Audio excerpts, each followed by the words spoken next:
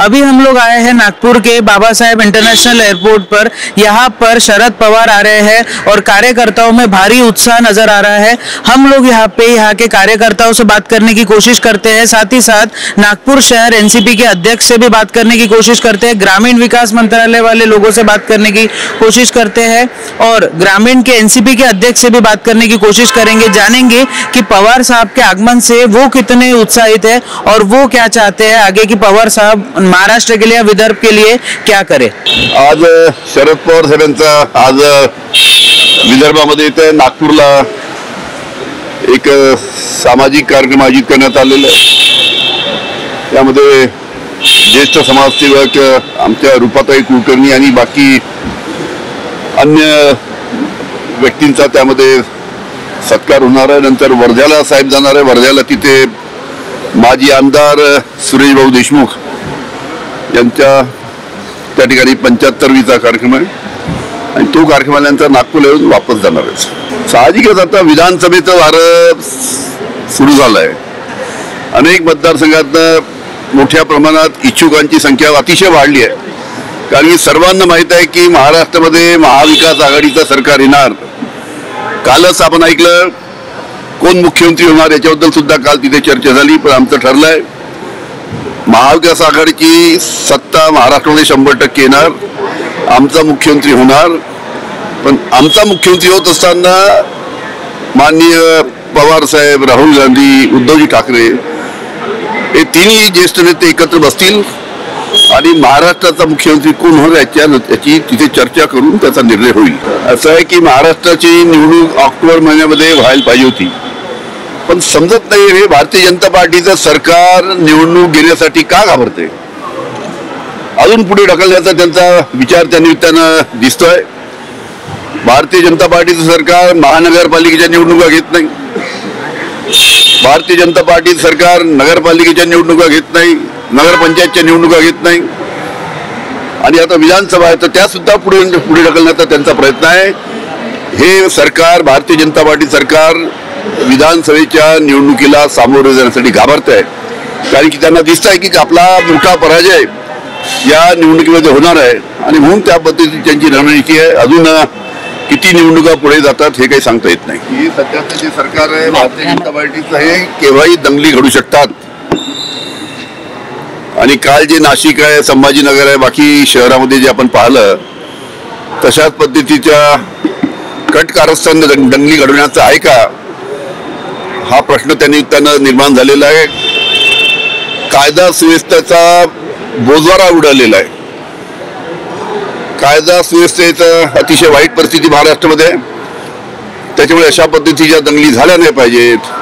शांत वातावरण महाराष्ट्रामध्ये राहिलं पाहिजे, सलोख्याचं वातावरण महाराष्ट्रामध्ये राहिलं पाहिजे, ही प्राथमिक गरज आज गृह खात्याची आहे आणि त्याच्याकडे त्यांनी लक्ष दिलं पाहिजे। बघा, वेगळ्या विदर्भाच्या संदर्भामध्ये आमच्या पक्षाची अनेक वर्षापासून अतिस्पष्ट भूमिका आहे। विदर्भाच्या जनतेला जर वाटत असेल तर आमच्या पक्षाला विरोध असण्याचं काय कारण नाही, अशी वारंवार अशी भूमिका आदरणीय पवार साहेबांनी अनेक व्यासपीठावरती अगोदर मांडलेली आहे। बरं, आणि पवार साहेब आता येणार आता हल्लीमध्ये काही विधानसभा चुनाव होतील तर काय वाटतं पवार साहेबांचा इम्पॅक्ट कसा पडणार आहे तुमच्या ह्याच्यावर? बघा, मागच्या लोकसभेच्या निवडणुकीमध्ये आपण जर बघितलं असेल की पवार साहेबांनी वयाच्या 85व्या वर्षी अगदी अतिशय हाय टेम्परेचरमध्ये ज्या पद्धतीने कॅम्पेनिंग केलं विदर्भामध्ये, त्याचा प्रचंड फायदा आम्हाला विदर्भामध्ये संपूर्ण लोकसभेचा महाविकास आघाडीच्या उमेदवारांना विजयी करण्यामध्ये झाला आहे आणि निश्चितच विधानसभेच्या निवडणुकीमध्ये आदरणीय पवार साहेबांचं करिश्माई नेतृत्व पुन्हा या ठिकाणी सिद्ध होईल याबद्दल आमच्या मनात कुठल्याही प्रकारचा संशय नाही। यावेळेस तुम्ही विधानसभाला घेऊन खूप कॉन्फिडंट आहे सर? 100% येणार। कुठल्याही परिस्थितीमध्ये महाविकास आघाडीचं सरकार महाराष्ट्रामध्ये येणार आणि त्याचमुळे कदाचित त्याला घाबरून आता अनेक योजनांचा धडाका लावला महायुतीच्या सरकारने आणि ऑक्टोबरमध्ये ज्या प्रस्तावित आमची निवडणूक होती, कुठेतरी निवडणूक आयोगाला हाताशी धरून ही निवडणूक पुन्हा आता नोव्हेंबरपर्यंत नेण्याचा प्रयत्न सुरू आहे। कदाचित याचा तोच परिणाम तोच आहे की महायुतीला अजूनही कॉन्फिडन्स नाही, त्यांना निश्चित वाटतं की त्यांचा पराजय आता त्यांना निश्चित होणार आहे। आता त्यांच्या आगमनामध्ये तुमचं काय म्हणणं आहे? पवार साहेब नागपूरला येत आहे, तिथं सोशल वर्क कामासाठी येत आहे परंतु आल्याच्या नंतर सगळे प्रदेशचे पदाधिकारी, शहराचे पदाधिकारी साहेबांना भेटणार आहे आणि येणाऱ्या काळामध्ये ज्या होणाऱ्या विधानसभा आहेत त्या विधानसभेच्या बद्दलही आम्ही शहराचा आणि जिल्ह्याचा आढावा देणार आहे. त्यात आम्ही शहरामध्ये सीटा लढवत नव्हतो, परंतु ह्यावेळेस आग्रहानं सगळ्यांचा पदाधिकाऱ्यांच्या आग्रहाने मागणी करणार आहोत. सर, आता शरद पवार विधानसभा चुनाव खूप जवळ आहे, साहेब येऊन राहिले तर त्यांचा काय इम्पॅक्ट पडेल आणि काय नागपूरला ते देऊ शकेल?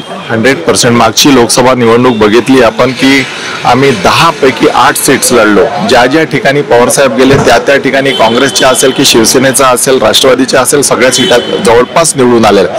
त्याच्यामुळे महाराष्ट्रामध्ये साहेब जिथे जिथे जातील त्या ठिकाणच्या सगळ्या सीटा, मग त्या महाविकास आघाडीमध्ये शिवसेनेच्या असेल, राष्ट्रवादीच्या असेल की काँग्रेसच्या असेल, त्या सगळ्या सीट निवडून येतील. महाराष्ट्रामध्ये काय इम्पॅक्ट बघता तुम्ही आणि नागपूरसाठी काय घेऊन येतील ते? पवार साहेब म्हणजे उत्साह, ज्या यंग कार्यकर्त्यामध्ये जोश निर्माण करण्याकरता त्या ठिकाणी पवार साहेब येत आहे. आणि विदर्भामध्ये अगोदर पासूनच पवार साहेबांचं वलय होतं. पवार साहेबांच्या मागे फार मोठी शक्ती होती, ताकद होती, पण ज्या लोकांना पवार साहेबांनी मोठं केलं ते सगळे पवार साहेबांना सोडून गेले. हे सगळे गरीब कार्यकर्ते पवार साहेबांच्या सोबत आहे आणि त्यांनी काय छोट्या कार्यकर्त्याला मोठं करण्याचं काम केलं. त्याचं उदाहरण मी पण आहे.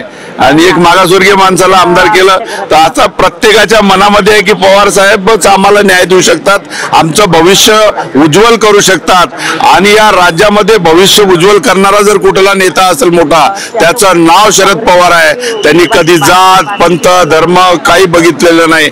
असा नेता आमचा आहे, तो देशाच्या राजकारणाला कलाटणी देणारा आहे. एका मताने वाजपेयी सरकार पाडलं त्यांनी त्या ठिकाणी, आणि त्या ठिकाणी धर्मनिरपेक्ष विचाराचं सरकार आणलं. आणि आता या सरकारला ठणकावून सांगितलं की धर्मनिरपेक्ष विचाराशिवाय दुसरा विचार नाही. आता ते सुद्धा धर्मनिरपेक्ष सेक्युलर इंडिया म्हणायला लागले भाजपावाले. तर ते आता समजून गेले की आता ते धास्तावलेले आहेत. आता धास्तावलेले असल्यामुळे त्यांना सळोकी पळवून त्या ठिकाणी करून सोडलेला आहे. या ठिकाणचा सर्व आरा समाज, अल्पसंख्याक समाज, मागासवर्गीय समाज, मराठा समाज, सर्व समाजाची माणसं पवार साहेबांच्या मागे आहे. आणि आता तुम्ही वर्धेचं उदाहरण घेतलं, वर्धा एक तिथे म्हणजे पवार साहेबांची ताकद अगोदरपासून होती, पण ते माहित नव्हतं. त्यांनी चुनावामध्ये उभा केल्यानंतर त्या ठिकाणी प्रचंड मताने निवडून राष्ट्रवादीची तुतारी, रामकृष्ण हरी आणि वाजवा तुतारी. आता या विदर्भामध्ये तुतारी वाजल्याशिवाय राहणार नाही. आणि सर्व समाज हा सेक्युलर समाज पवार साहेबांच्या पाठीमागे उभा राहील. अभी हमने देखा कि शरद पवार जी यहाँ पर पहुंच चुके हैं और उनका भव्य स्वागत किया गया है कार्यकर्ताओं के द्वारा. शरद पवार जी ने हालांकि मीडिया से बात तो नहीं की, बट अभी उनका आगे का कार्यक्रम है जहाँ पे वो जाने वाले हैं, वहाँ पे उनका सत्कार होने वाला है. अभी कुछ देर वो होटल में विश्राम करेंगे और उसके बाद वो कार्यक्रम के लिए आगे बढ़ेंगे. कैमरामैन प्रवीण के साथ मैं शांतनु अग्रवाल, महाराष्ट्र टीवी 24 के लिए.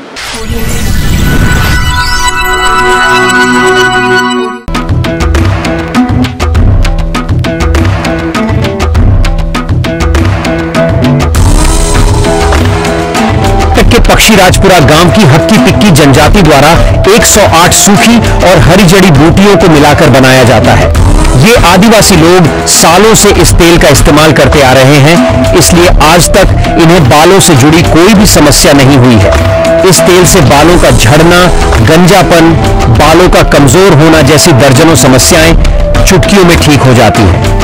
इतना ही नहीं, ये तेल बालों को घना करता है, नए बाल उगाने और बालों को लंबा करने में भी मदद करता है.